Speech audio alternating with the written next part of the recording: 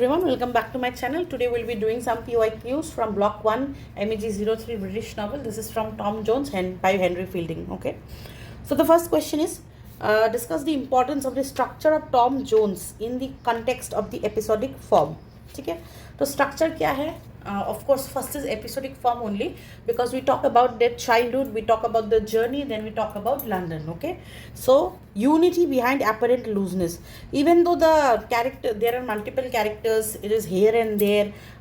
It takes place in Paradise Hall, in the road, in London, but there is a unity behind all this looseness in the plot. Okay, character development through experience. Of course, Tom goes into a journey and he meets all these people and then he gains experience. Okay, the journey motive and picturesque. Journey motive mein Sophia also goes to London, so that is also a journey motive. Then role of the omniscient narrator. Henry Fielding is like an omniscient narrator. He is like narrating all the things happening to us. He comments on storytelling, morality and human nature. Okay, then like episodic form I told, total is 18 chapters. Missed one. Narrative flexibility and variety.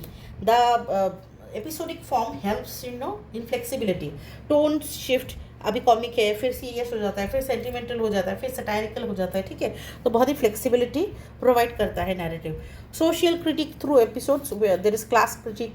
ठीक है, then moral hypocrisy दिखाता है, सब कुछ दिखाता है. आ गया hypocrisy. Moral and artistic design moral and artistic design, इसमें आप लिख सकते हो कि early incidents foreshadows later developments, coincidences contribute to a sense of providential design, and ending resolves all narrative strands into harmony and justice. So what is the structure? Even though it appears loose, there is unity behind the structure. There is an omniscient narrator, then experience through the journey motive and picturesque, then moral and artistic design, then episodic form 18 chapters, and social critique through episodes. ठीक है, then the next question is comment on the significance of the Man of the Hill episode. Now Man of the Hill episode का मैं थोड़ा आपको background दे देती हूँ. In the history of Tom Jones of Foundling, ये one of the significant interpolated narrative है. ठीक है, कि ये तो एक डाइग्रेशन की तरह, क्योंकि मेन स्टोरी से हट के कुछ हो रहा है, डाइग्रेशन की तरह अपीयर करता है, बट एक क्रूशियल है. क्यों? टॉम के मॉरल एडुकेशन के लिए, थीमेटिक डेवलपमेंट के लिए, स्ट्रक्चरल डिज़ाइन के लिए बहुत क्रूशियल था. ठीक है, जो ओल्ड मैन था उधर, उसका खुद का जब हिस्ट्री वो नैरेट करता है तो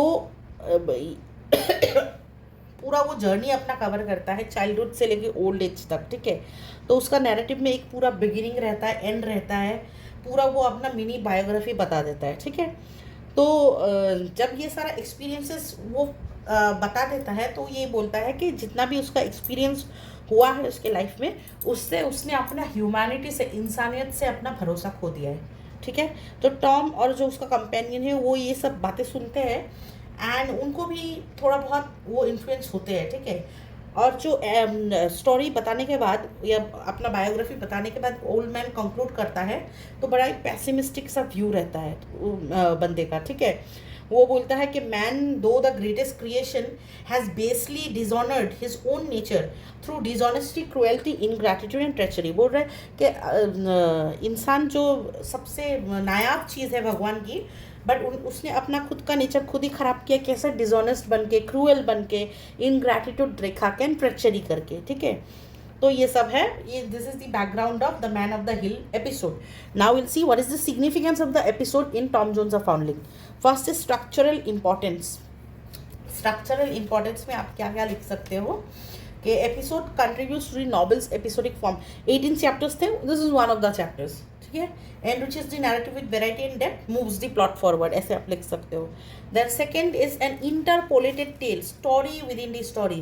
जैसे आपने हैमलेट वगैरह में देखा है, play with in the play, जैसे हैमलेट के अंदर माउस ट्रैप था, वैसे ही इस स्टोरी के अंदर man of the hill story है. तो this is an interpolated tell.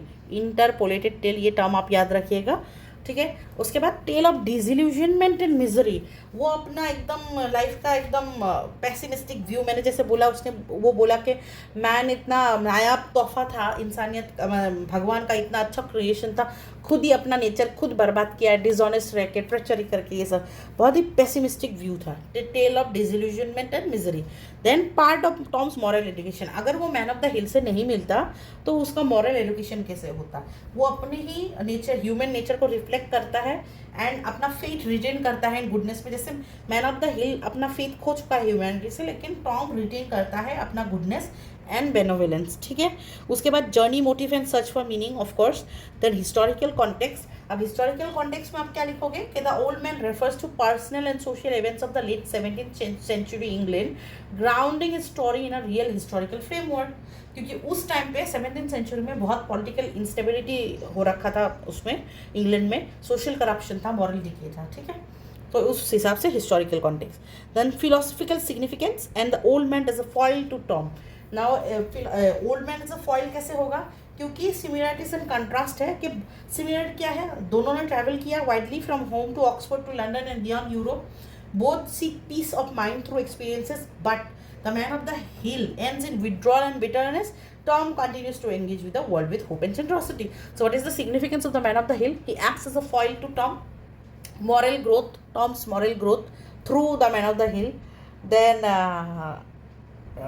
Then historical and social context. Then journey, motive and search for meaning. Then again I told you an interpolated tale, story within this story, a tale of disillusionment and misery, and anyway philosophical significance and structural importance, ठीक है। So then comes our question, what do you understand by typical and individual characters? Elucidate with reference to Tom Jones.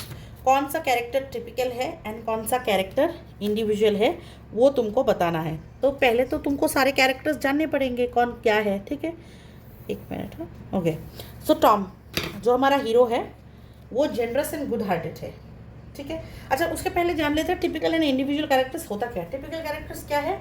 जो broader trait of a class represent करते हैं या एक social group represent करते हैं। जैसे कोई क्लर्जी मैन हो गया, कोई मेड सर्वेंट हो गया, जो सोसाइटी लार्जली मोल्ड करती है ह्यूमन बिहेवियर को, उसको टिपिकल कैरेक्टर बोलते हैं। और इंडिविजुअल कैरेक्टर क्या है कि उस बंदे में यूनिकनेस है, डेप्थ है, स्पेसिफिसिटी है, इमेजिनेटिव बॉन्ड है, ऐसा कुछ, ठीक है। तो एप्लीकेशन ऑफ टॉम जोन्स में Tom is a typical one. कैसे? वो गुड नेचर्ड है, जनरस है, ठीक है, और एट द सेम टाइम वो इंडिविजुअल में भी पड़ता है क्योंकि उसका inner conflict and moral growth हो रखा है, ठीक है। फिर सोफिया वेस्टर्न, टॉम हो गया। फिर सोफिया पे आ जाते हैं। सोफिया क्या है? She is a typical virtuous heroine. Typical है बंदी, हीरोइन है, बट वो इंडिविजुअलिटी भी दिखाती है। कैसे? Through independence and courage. जब वो अपने शादी से, ब्लिफिल के साथ शादी से भाग जाती है तो वो अपना इंडिविजुअलिटी दिखाती है। फिर ब्लिफिल द हिपोक्रेट, एक नंबर का ही लुच्चा था पहले से, तो ब्लिफिल तो लार्जली टिपिकल हिपोक्रिटिकल मॉरलिस्ट ही है, ठीक है। और अपीयरेंस वर्सेस रियलिटी भी है, दिखाता कुछ और है, था कुछ और, तो ऐसा कुछ, ठीक है। उसके बाद हम आ जाते हैं स्क्वायर वेस्टर्न पे। रफ इंसान थे, क्रूड थे। सोफिया के पापा थे, पहले तो नहीं चाहते थे कि सोफिया की शादी हो उससे, बट देन जब उसको पता चला कि वो तो ब्रिजेट का बेटा है एंड स्क्वायर ऑलवर्दी ने उसको अपने नेफ्यू की तरह मान लिया, सारा पैसा दे रहा है, तो तब जाके वो मान गया, ठीक है। फिर स्क्वायर ऑलवर्दी बेनोवेलेंट, ये तो अच्छे इंसान, टिपिकल गुड हार्टेड अच्छे इंसान। ठोकम कौन थे?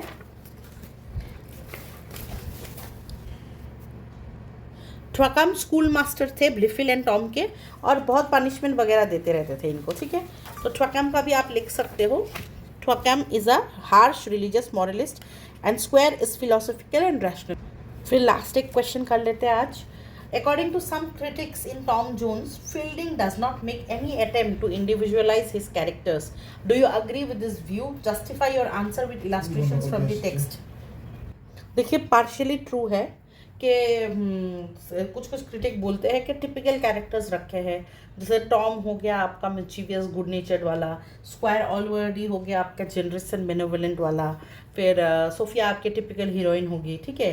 But just because typical characters है, ऐसा नहीं है कि हेनरी फील्डिंग ने कोई इंडिविजुअल कैरेक्टर्स रखा ही नहीं है, ठीक है। पहला तो इंडिविजुअल आपका सोफिया वेस्टर्न में ही दिखेगा क्योंकि सोफिया अपने मैरिज से भाग गई थी, ठीक है। टॉम भी, उसका सोच अच्छा है, even though he is good नेचर्ड, but उसको पता है मॉरल हाई ग्राउंड कैसे लेना है, सब कुछ, ठीक है। फिर ग्लिफिल के बारे में, वो तो एक नंबर का हिपोक्रेट है, वो टिपिकल में ही पड़ेगा।